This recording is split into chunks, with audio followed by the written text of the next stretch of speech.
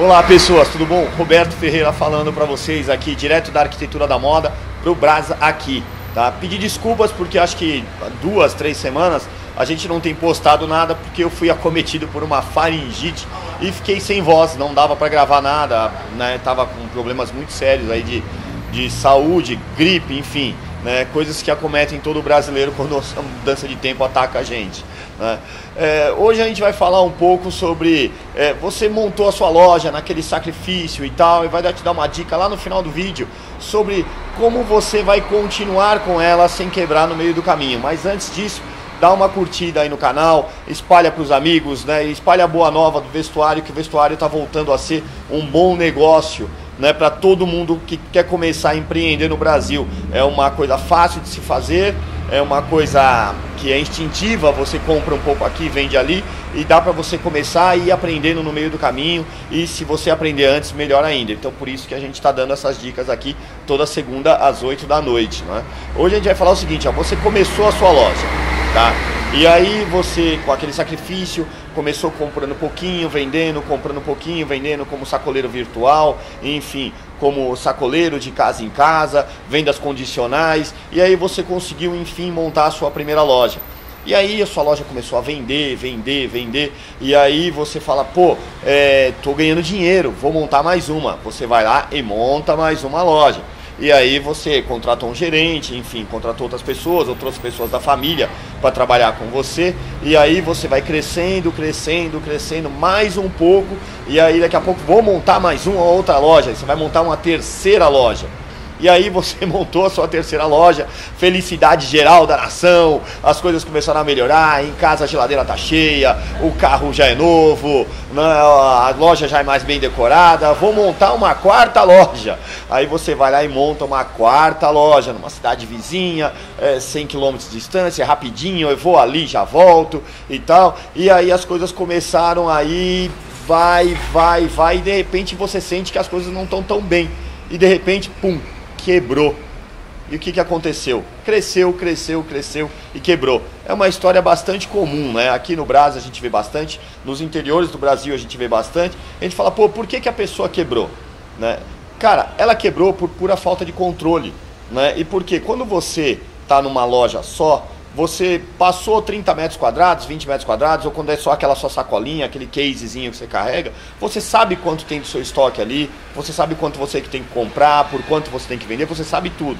Na segunda loja, você já, quando você montou, aliás, a primeira loja, você ainda está ali 30 metros quadrados, você está olhando tudo, está tudo muito rápido, tudo na sua cabeça, né? Você não tem sistema de controle, você não tem nada, você sabe que você é bom naquilo que você faz porque todo mundo quer comprar com você e você monta uma segunda loja. Na segunda loja é relativamente fácil montar. Você foi lá e dividiu um pouco o estoque e tal, e aí ali começa já o descontrole, né? E a gente fala, olha, começou o descontrole por quê? Porque envolve uma série de vaidades, você virou um empresário do ano, né? Você virou um cara que é super competente, que é admirado por todo mundo, e só que você não está muito prestando atenção, você quer crescer, aquela gana de crescer, e você não foi e não estabeleceu sistemas de controle para o seu negócio, né? Então ele falou, ó, no começo, desde o começo, tem uma caderneta, tem um controle de estoque, tenha um controle de contas a pagar, contas a receber, controle de compras, tudo muito bem definido. Por quê? Porque quando você vai estar lá com 3, 4, 5 lojas, você vai estar dependendo de pessoas que muitas vezes não têm o mesmo comprometimento que você, né? Você tem bons empregados e tudo, mas o empregado é o seguinte, ele deu 6 horas da tarde, sei lá, o horário de ir embora, ele foi embora e ele não levou na cabeça dele os problemas da fábrica, os problemas da sua loja, né? Ele levou só os problemas dele, ó, vendi, pronto, acabou, ganhei minha comissão e tal. Os problemas que você carrega no negócio, eles estão com você como empreendedor 24 horas por dia. E aí quando você tem um negócio que é maior, esses problemas acabam se tornando maiores e gerenciar isso de uma forma mais tranquila, muito mais difícil. E aí você descobre que você não comprou mais do que devia, você vendeu mais barato do que podia, você tem um custo fixo muito mais alto do que suas lojas estão conseguindo vender, você tem lá 5 aluguéis para pagar, você tem lá 8 funcionários em cada loja, enfim, você começa a ter uma estrutura mais inchada. E aí quando você quebra é muito mais difícil você começar de novo. Por quê? Porque você fica com dívidas desse negócio. você fica com dívidas trabalhistas, você fica com dívidas com fornecedores, dívidas com impostos, não é? Todo esse tipo de dívida. Então, assim, desde o começo, tenta, por favor, gente, ter um controle de alguma forma, uma planilha de Excel, um controle, e aprender. O Sebrae está aí para ensinar. Tem tantos vídeos como esse que a gente está gravando na internet, que dão dicas que são maravilhosas de como começar, de como se controlar, de como fazer. Então tenta, desde o começo, aprender um pouco sobre o seu ramo de atuação, para que você não aconteça o que acontece com um monte de gente, que é bastante comum, é uma história bastante comum. Ah, cresceu e quebrou. Pô, mas o cara tava com 10 lojas e quebrou. O cara começou como sacoleiro, era uma batalha danada. Aí ele começou com uma loja, 2, 3, 4, 10 lojas, quebrou, né? Aconteceu com a gente também, a gente chegou aí a ter 5 lojas e quebrou. Por quê? Por pura falta de controle, pura vaidade, né? Quando você pode ter, às vezes, numa loja só, o mesmo atendimento para os mesmos clientes.